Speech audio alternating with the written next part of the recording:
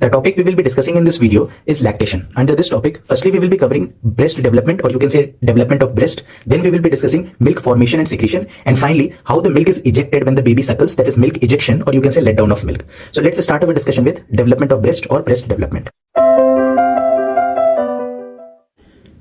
Coming to the development of breast, we know that female के अंदर जो breast का डेवलपमेंट होता है वो प्यूबर्टी के बाद स्टार्ट हो जाता है।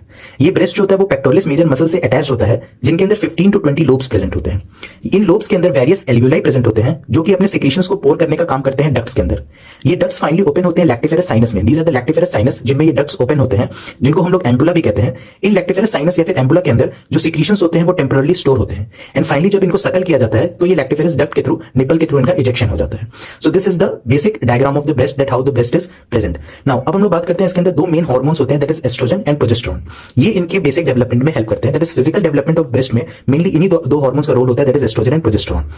सबसे पहले एस्ट्रोजन की अगर हम लोग बात करें तो इनके अंदर का जो डक्टल सिस्टम होता है, इनके अंदर दो सिस्टम हो गए, एक लोबुलर एंड एल्वियोलर सिस्टम हो गया, एल्वियोलाई एंड लोब्स हो गए, लोबुलर एंड एल्वियोलर सिस्टम उसको कह देंगे, एंड सेकंड जो डक्ट्स, साइनसेस और जो वेरियस डक्ट्यूल्स है वो वाला सिस्टम हो गया। तो एस्ट्रोजन जो होता है वो ductal system of the breast के ग्रोथ एंड ब्रांचिंग को स्टिमुलेट करने का काम करता है। साथ ही साथ जो स्ट्रोमा ऑफ द ब्रेस्ट है या फिर फैट ऑफ द ब्रेस्ट है, इनके ग्रोथ में भी इनका फंक्शन होता है एस्ट्रोजन का।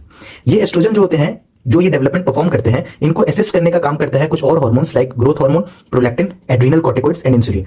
ये हार्मोन्स जो होते हैं इन डेवलपमेंट्स को असिस्ट करने का काम करते हैं बाय असिस्टिंग एस्ट्रोजन। सेकंड जो हार्मोन प्रेजेंट होता है दैट इज प्रोजेस्टेरोन।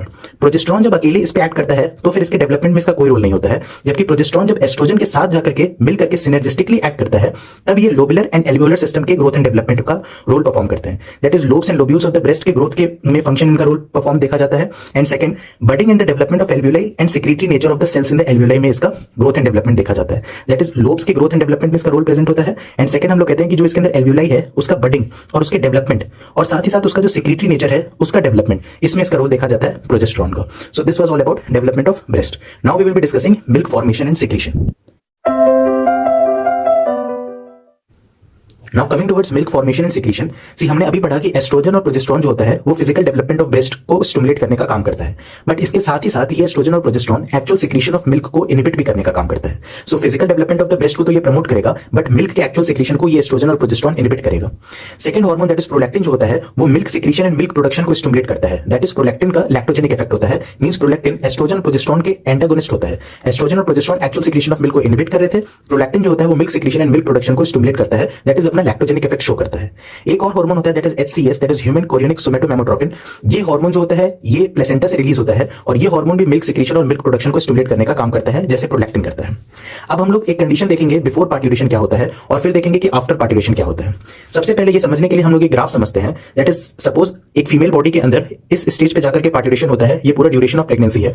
तो ये जो स्टेज है जो कि पार्ट्यूरेशन के पहले है, उसमें हम लोग जानते हैं कि एस्ट्रोजन, प्रोजेस्टेरोन और प्रोलैक्टिन तीनों जो होता है वो इंक्रीज होता चला जाता है, बट एस्ट्रोजन जो होता है वो प्रोजेस्टेरोन से ज्यादा इंक्रीज होता है, जिस वजह से हम लोग कहते हैं कि E/P रेशियो इंक्रीज हो जाता है, और E/P रेशियो की इंक्रीज होने की वजह से ही पार्ट्यूरेशन होता है।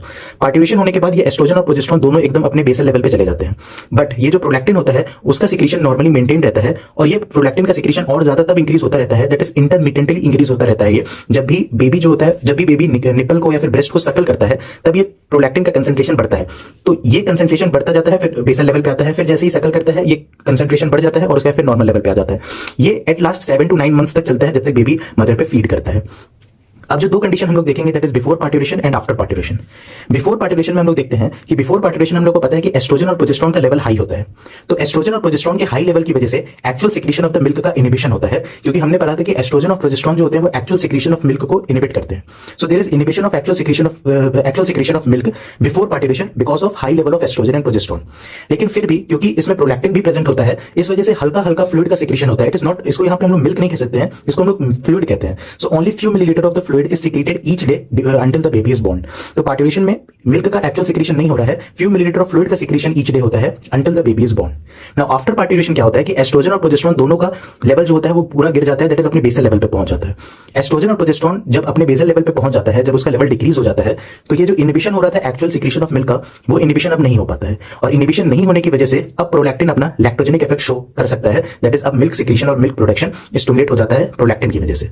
बट ये प्रोलैक्टिन भी कुछ हार्मोन्स के असिस्टेंस से ही ये मिल्क सिक्रीशन या फिर मिल्क प्रोडक्शन कर पाता है, that is growth hormone, cortisol, parathyroid hormone, insulin. इन हार्मोन्स की वजह से ही amino acid, glucose, fatty acid, calcium, ये सारी चीजें मिल्क को प्रोवाइड की जा सकती है, जिस वजह से मिल्क का प्रोडक्शन बढ़ जाता है। सो आफ्टर पार्ट्यूरेशन हम लोग देखते हैं कि प्रोलैक्टिन अपना लैक्टोजेनिक इफेक्ट इसीलिए शो कर पा रहा है क्योंकि एस्ट्रोजन और प्रोजेस्टेरोन अपने बेसल लेवल पे आ चुके हैं, दैट इज उनका कंसेंट्रेशन गिर चुका है। अब पार्ट्यूरेशन से जस्ट फ्यू डेज पहले और पार्ट्यूरेशन से जस्ट फ्यू डेज बाद तक जो फ्लूइड सिक्रीट होता है, fluid secretion during last few days and first few days of the parturition, इस फ्लूइड को हम लोग कोलेस्ट्रम कहते हैं। ये जो फ्लूइड जिसको हम लोग कोलेस्ट्रम कहते हैं, इसके अंदर जो प्रोटीन और लैक्टोज की कंसेंट्रेशन होती है वो मिल्क के जितनी ही होती है, लेकिन इनके अंदर फैट एब्सेंट होता है। सो ये एक बेसिक प्रॉपर्टी होती है उस फ्लूइड की जो कि पार्ट्यूरेशन के कुछ दिन पहले से और पार्ट्यूरेशन के कुछ दिन बाद तक सिक्रीट होते हैं, दैट इज कोलेस्ट्रम, जिसको हम लोग कहते हैं। सो this was milk formation and secretion. इस मिल्क फॉर्मेशन एंड सिक्रीशन में हम लोग दो बातें और डिस्कस करेंगे, लाइक हाइपोथैलेमस जो होता है वो एंटीरियर पिट्यूटरी से प्रोलैक्टिन को कैसे रेगुलेट करने का काम करता है। हमें पता है कि एंटीरियर पिट्यूटरी प्रोलैक्टिन को रिलीज करता है, बट ये प्रोलैक्टिन हमेशा रिलीज नहीं होता है क्योंकि इसके अंदर इसको चेक करने का काम करता है, इसको इनिबिट करने का काम करता है हाइपोथैलेमस से रिलीज होने वाला prolactin inhibiting hormone, that is PIH. ये पीआईएच हाइपोथैलेमस से रिलीज होकर के एंटीरियर पिट्यूटरी को इनिबिट करता है प्रोलैक्टिन के सिक्रीशन के लिए। हाइपोथैलेमस जो होता है वो जनरली एंटीरियर पिट्यूटरी के सारे हार्मोन्स को स्टिमुलेट करने का काम करता है, बस सिर्फ और सिर्फ एक हार्मोन होता है प्रोलैक्टिन, जिसको ये जनरली या फिर मेनली इनिबिट करने का काम करता है। सो ये एक हाइपोथैलेमस की प्रॉपर्टी है कि वो लगभग सारे के सारे एंटीरियर पिट्यूटरी से निकलने वाले हार्मोन्स को स्टिमुलेट करेगा। लाइक ग्रोथ हार्मोन को भी वो स्टिमुलेट करता है, growth hormone releasing hormone release करवा करके गोनाडोट्रोपिन्स को भी स्टिमुलेट करता है bye releasing gonadotropin releasing hormone. But ये इसकी नेचुरल टेंडेंसी बाकी सारे हार्मोन्स को इनिबिट करने की, स्टिमुलेट करने की होती है, बट सिर्फ और सिर्फ एंटीरियर पिट्यूटरी से निकलने वाले प्रोलैक्टिन हार्मोन को इसको इनिबिट करने की नेचुरल टेंडेंसी होती है bye releasing prolactin inhibiting hormone. एक और पॉइंट हम लोग डिस्कस करते हैं कि नर्सिंग मंथ्स जब होते हैं, जब बेबी जो होता है वो अपने मदर पे फीड कर रहा होता है, दैट इज जो नर्सिंग मंथ्स होते हैं, उन नर्सिंग मंथ्स में जीएनआरएच की सिक्रीशन जो होता है वो हाइपोथैलेमस से कम होता है। और क्योंकि GnRH that is gonadotropin releasing hormone अगर हाइपोथैलेमस से कम सिक्रीट हो रहा है तो एंटीरियर पिट्यूटरी कम स्टिमुलेट होगा और उससे एलएच और एफएसएच का सिक्रीशन कम होगा। और अगर उससे एलएच और एफएसएच दैट इज गोनाडोट्रोपिन्स का सिक्रीशन कम होगा तो सिंपल सी बात है कि ओवेरियन साइकिल ऑपरेट नहीं करेंगी। तो इसीलिए कहा जाता है कि नर्सिंग मंथ्स दैट इज जब बेबी फीड करता है मदर पे तो उस समय ओवेरियन साइकिल ऑपरेट नहीं करती है, दैट इज ओवेरियन साइकिल और मेंस्ट्रुअल साइकिल नहीं देखा जाता है। नेक्स्ट हम लोग बात करते हैं जब नर्सिंग स्टॉप हो जाता है, that is after few weeks. जब फ्यू वीक्स बाद जब नर्सिंग स्टॉप हो जाता है, जब नर्सिंग स्टॉप हो जाता है दैट इज बेबी फीड करना बंद कर देता है, उसके कुछ हफ्तों बाद से जीएनआरएच जो होता है वो उसका सिक्रीशन इंक्रीज हो जाता है हाइपोथैलेमस से, दैट इज हाइपोथैलेमस अब गोनाडोट्रोपिन रिलीजिंग हार्मोन को रिलीज करना स्टार्ट कर देता है, जिस वजह से एंटीरियर पिट्यूटरी स्टिमुलेट होना स्टार्ट हो जाती है, जिस वजह से एलएच और एफएसएच का सिक्रीशन भी बढ़ने लगता है और ओवेरियन साइकिल और मेंस्ट्रुअल साइकिल कंटिन्यू होने लगती है। So this was all about milk formation and secretion. Now we will be coming towards milk ejection, or you can say let down of milk. Now coming towards milk ejection और let down of milk. से milk जो alveoli के अंदर secrete या फिर form होते हैं, ये मिल्क एल्वियोलाई से डक्टल सिस्टम के अंदर कंटिन्यूअसली फ्लो नहीं करते हैं। इसका मेन रीजन इसलिए होता है कि अगर मिल्क जो कि एल्वियोलाई के अंदर फॉर्म हो रहे हैं वो कंटिन्यूअसली डक्टल सिस्टम के अंदर भी सिक्रीट होते चले जाएं तो इस मिल्क का कंटिन्यूअस लीकेज होगा। इस कंटिन्यूअस लीकेज को प्रिवेंट करने के लिए मिल्क जो कि एल्वियोलाई या फिर एल्वियोलस के अंदर फॉर्म होता है वो डक्टल सिस्टम के अंदर इजीली फ्लो नहीं करने दिया जाता है। नाउ क्वेश्चन अराइजेस कि जब मिल्क इजेक्शन करना चाहता है बेबी तो फिर ऐसा क्या होता है कि ये एल्वियोलस के अंदर प्रेजेंट मिल्क जो होते हैं वो डक्टल सिस्टम के अंदर फ्लो करने लगते हैं। सो उसके लिए हम लोग अगर एल्वियोलस का एक स्ट्रक्चर देखें तो एक एल्वियोलस का ये स्ट्रक्चर होता है जिसके अंदर ये सेल्स जो हैं, these cells are milk secreting epithelial cells। ये मिल्क सिक्रेटिंग एपिथेलियल सेल्स जो होते हैं वो एल्वियोलाई के अंदर मिल्क को सिक्रेट करती रहती है। बट ये मिल्क जो कि यहाँ पे प्रेजेंट है ये डक्ट्यूल्स या फिर डक्टल सिस्टम के अंदर नहीं जाता है अनटिल एंड अनलेस इसको सराउंड करने वाली, इस एल्वियोलस को सराउंड करने वाली मायो एपिथेलियल सेल्स, इनका कॉन्ट्रैक्शन नहीं होता है। जब ये मायो एपिथेलियल सेल्स कॉन्ट्रैक्ट करती हैं तब जाकर के इसके अंदर का प्रेजेंट जो मिल्क होता है वो डक्ट के अंदर एंटर करता है। सो मिल्क इजेक्शन और let down of the milk के लिए contraction of the myoepithelial cells की रिक्वायरमेंट होती है। अब इसको हम लोग एक डायग्राम के थ्रू समझेंगे कि ये पूरा का पूरा process that is milk ejection और लेट डाउन ऑफ मिल्क कैसे ऑपरेट होता है।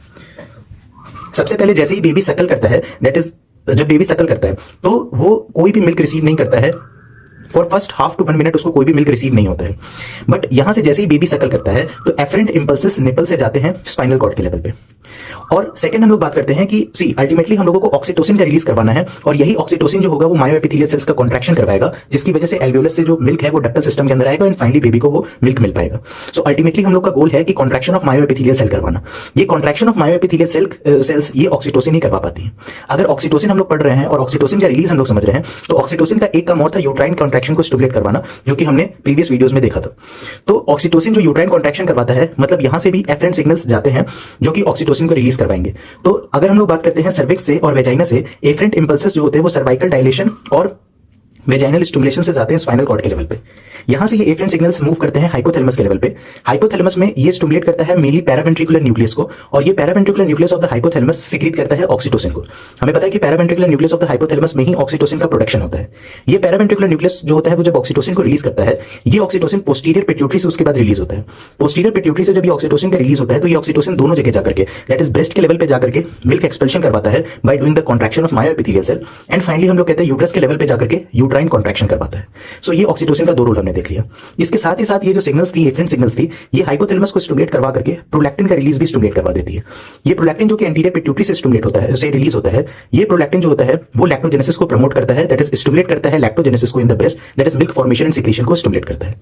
सो अल्टीमेटली ये जो निपल से एफरेंट सिग्नल्स आई थी, जब ने बेबी ने सकलिंग स्टार्ट की, तो जो एफरेंट सिग्नल्स निपल से आई, वो एफरेंट सिग्नल्स जाकर के पोस्टीरियर पिट्यूटरी से ऑक्सीटोसिन का रिलीज बढ़ा देगी, जो कि मायोएपिथेलियल सेल का कॉन्ट्रैक्शन करवा करके मिल्क एक्सपेल्शन करवा देता है, और साथ ही साथ एंटीरियर पिट्यूटरी से प्रोलैक्टिन का रिलीज करवा देगी, जो कि प्रोलैक्टिन जो होगा वो लैक्टोजेनेसिस को स्टिमुलेट करवा करके, that is milk formation and secretion को स्टिमुलेट कर देता है, एंड फाइनली बेबी को मिल्क मिलने लगता है।